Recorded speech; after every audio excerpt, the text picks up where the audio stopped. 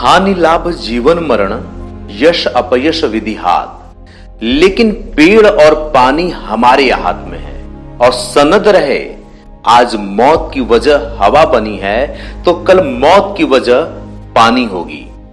हम इंसानों ने अपने ऐशो आराम के लिए पेड़ पौधों और जंगल को काट दिए। हम इंसानों की इसी आदत ने हमारे अस्तित्व को संकट में ला दिया। हमारे गैर जिम्मेदाराना हरकतों ने हमें कब्रगाह तक लाके पहुंचा दिया। आपदा में अवसर तलाशने वाले सावधान, ये इंसानी मार नहीं, कुदरत का कहर है। मौत आपकी भी आएगी और ये पैसे काम नहीं आएंगे। तरस आता है मुझे उन लोगों पर जो लिखना तो जानते हैं पर ऐसे हालात में सियासत पर लिखकर सियासत कर रहे हैं। अरे लिखना ही है तो उन लोगों के लिए लिखिए जो बीमार अपने घर में या हॉस्पिटल में पड़े हैं और इस उम्मीद के साथ सोशल मीडिया खोल रहे हैं ताकि उन्हें अपने हालात से लड़ने की ताकत मिल सके। कुछ सकारात्मकता फैलाइए। आप ईश्वर का शुक्र मनाइए कि आप लिखने की हालत में हैं और घर में बैठकर लिख रहे हैं। ये प्रकृति की मार है, जो जैसा करेगा वो वैसा भरेगा। क्या गरीब क्या अमीर, हर कोई जा रहा है, हर व्यक्ति इसकी चपेट में है। और आप अपने आप को खुशकिस्मत समझकर राजनीति मत करिए, लोगों को गुमराह मत करिए। अगर कर सकते हैं तो लोगों की जिंदगी को ऊपर उठाने के लिए कुछ काम करिए। आज स्थिति ऐसी है कि जिसके पास खाने के लिए है वो भी जा रहा है, जो खाने के लिए जिसके पास नहीं है वो भी इसकी चपेट में है। जो पद्मश्री है वो चले गए। मेरा मानना है कि जिंदगी और मौत तो ऊपर वाले के हाथ में है, पर जो आपके हाथ में है वो करिए। याद रहे, कोई सरकार नहीं बचाने आ रही है आपको। आपको अपनी लड़ाई खुद लड़नी होगी। आपको खुद के लिए खुद जिम्मेदार होना होगा। हमें अपनी आदतें सुधारनी होगी ताकि प्रकृति भी स्वस्थ रह सके और आप और हम भी।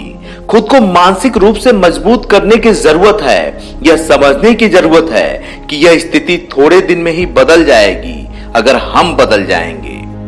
आज यह समझने की जरूरत है कि अगर हम किसी की मदद करना चाहते हैं, मान लीजिए कि अगर हम धन बल से मजबूत नहीं हैं, तो आप मानसिक रूप से कीजिए, शारीरिक रूप से कीजिए, मदद करिए।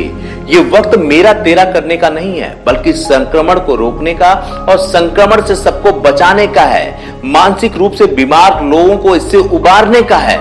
यह समझना होगा। खुद को होशियार और दूसरों को बेवकूफ समझना बंद करें और यह समझें कि यह हालात किसी के साथ हो सकता है। कोविड हो ना हो, पर आज हर व्यक्ति के घर में लोग बीमार हैं, कुछ शारीरिक रूप से तो कुछ मानसिक रूप से। जरूरत है उन्हें मजबूत करने की, इस हालात से लड़ने के लिए। आप सबसे यह अपील करता हूं कि अगर आप लिखना जानते हैं तो 2 शब्द अच्छा लिखें, शब्दों की ताकत का एहसास कराएं या फिर खामोश रहें।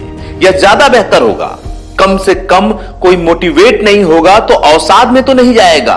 और साथ में यह भी सोचिए कि यह हालात क्यों पैदा हुए। हम लोगों ने जंगलों के साथ क्रूर मजाक किया, जंगलों को साफ कर दिया, इसलिए आज हम खाक में मिल रहे हैं। आज हम हवा खरीद रहे हैं और यही मजाक हम पानी के साथ कर रहे हैं। वो दिन दूर नहीं कि जब हम पानी के लिए भी इसी तरह से तड़फड़ाएंगे। आज हम बोतल में बंद पानी खरीदते हैं, घर में पीने के लिए बिसलरी का पानी खरीदते हैं, लेकिन वो दिन दूर नहीं जब यही पानी मौत की वजह बनेगी। आइए एक उदाहरण दे ही देता हूं। अगर आपको लगता है कि ये बात बेईमानी है या कोरी कल्पना है, तो मैं आपको वो बताने जा रहा हूं जो आज से 6 साल पहले जिसकी मैंने रिपोर्टिंग की थी। आप इस बात को सुनेंगे तो आपका कलेजा हिल जाएगा। ये बात कहीं और की नहीं बल्कि राजधानी से महज 30 किलोमीटर दूर की है, यानी कि ग्रेटर नोएडा की है। राजधानी से 30 किलोमीटर दूर और उत्तर प्रदेश की शान कहे जाने वाले ग्रेटर नोएडा के 6 गांवों में पिछले 5 सालों में कैंसर से 125 से ज्यादा लोगों की मौत हो चुकी है और करीब इतने ही लोग कैंसर पीड़ित हैं। दुजाना, सादोपुर, विश्रौली, खेड़ा, धनपुर, शाहदुल्लापुर और अच्छेजा गांव, ये सारे गांव के नाम है। एक बार फिर से दोहराना चाहूंगा कि अगर आप क्रॉस चेक करना चाहते हैं तो कर लीजिएगा। दुजाना, सादोपुर, विश्रौली, खेड़ा, धर्मपुरा, शाहदुल्लापुर और अच्छेजा गांव में लोग कैंसर के खौफ में जी रहे हैं। इन गांव के सैकड़ों लोग घुट घुट मरने को मजबूर हैं। उनकी सबसे बड़ी वजह है दूषित पानी। इनके बीच जब भी किसी की मौत होती है तो उनको लगता है कि अगला नंबर अब उनका है। अगर आप लोगों को याद हो तो कुछ साल पहले ही ग्रेटर नोएडा के कुछ गांव में हर घर का आदमी कैंसर का मरीज था या हो रहा था, क्योंकि वहां का पानी पूरी तरह से दूषित था। दूषित पानी का जमीन के अंदर डाला जाना यह कोई कही सुनी बात नहीं है, बल्कि इस पर मैंने खुद स्टोरी किया था 15 और 16 में, और जिस पर सरकार ने संज्ञान लिया था। एक डेलीगेशन बना था जो उस गांव में गया था, उसने सर्वे किया, उसने जांच की और इसको सही पाया। और उसने क्या रिपोर्ट दिया ये भी आप जान लीजिए। आप ये जानिए कि पानी कितना खतरनाक हो सकता है और किस तरह से आपके मौत का कारण बन सकता है। तो जान लीजिए इसकी वजह भी क्या थी।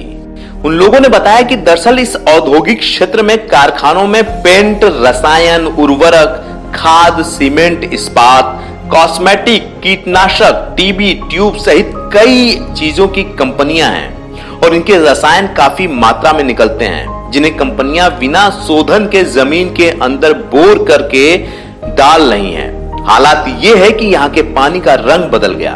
भूजल में नाइट्रेट की मात्रा जो 1.5 मिलीग्राम प्रति लीटर होनी चाहिए वो अब 13 मिलीग्राम प्रति लीटर हो गया है। क्लोराइड और टीडीएस भी कई गुना बढ़ गया। लोग मरने लगे। ये प्रकृति के साथ मजाक नहीं तो और क्या है। अगर इसके बाद भी प्रकृति मारना शुरू करती है तो आप प्रकृति को दोष देते हो। आप फिर कहते हो हे भगवान मुझे बचाओ। आपने तो भगवान के साथ मजाक किया है। जो चीजें भगवान ने आपको दी है उसके साथ आपने मजाक किया है तो सजा तो भुगतनी पड़ेगी। अब भी वक्त है। हवा ने अपना असर दिखाया, पानी असर दिखाया, तो उससे पहले आप सब लोग सतर्क हो जाएं, अपनी आदतों को बदल लें। आज मुझे लगता है कि उस गांव की कहानी लोगों के लिए एक चेतावनी है जिस पर आज ही सोचने की जरूरत है ताकि भविष्य के लिए हम तैयार हो सकें। फिर से कहूंगा, याद रहे कोई सरकार नहीं बचाने आ रही। आपको अपनी लड़ाई खुद लड़नी होगी। आपको खुद के लिए खुद जिम्मेदार होना होगा। हमें अपनी आदतें सुधारनी होगी ताकि प्रकृति भी स्वस्थ रह सके और आप और हम भी स्वस्थ रह सकें। अब मैं कुछ गंभीर बातें कहने जा रहा हूं। एक एक शब्द को सुनिएगा, आपको यह समझ में आ जाएगा कि अतीत में लोग सुरक्षित क्यों थे, वर्तमान भयावह क्यों है और भविष्य की तो आप कल्पना भी नहीं कर सकते। तो आइए मैं आपको बताता हूं। सह अस्तित्व पर आधारित सनातन संस्कृति साधकों को पता था कि प्रकृति ही जीवन का स्रोत है। स्वस्थ और समृद्ध पर्यावरण में ही स्वस्थ और समृद्ध जीवन विकसित हो सकता है। इसलिए उन्होंने प्रकृति के प्रत्येक स्वरूप की न केवल उपासना का विधान किया बल्कि पर्यावरणीय हितों को चोट पहुंचाने वाले वृत्त को आसुरी कहकर उसका तिरस्कार भी किया। एक वृक्ष 10 पुत्र समान मानने वाली सनातन संस्कृति को खारिज करने के चक्कर में भौतिकता के उपासकों ने यह कौन सा संकट मोल ले लिया। अब तो अस्तित्व पर ही आन पड़ा है। विशिष्ट ज्ञान के आराधकों, विज्ञान के पुजारी भी अब चेता रहे हैं, पर्यावरण न बचा तो हम भी न बचेंगे। सनातन अब भी सर्व के मांगल्य की कामना कर रहा है। सर्वे भवन्तु सुखिनः, सर्वे सन्तु निरामया, सर्वे भद्राणि पश्यन्ति, मा कश्चित् दुःखभाग् भवेत्। मुझे नहीं पता कि आपने इस वीडियो को पूरा देखा या नहीं देखा, लेकिन हमने वो काम किया जो हमें करना चाहिए था।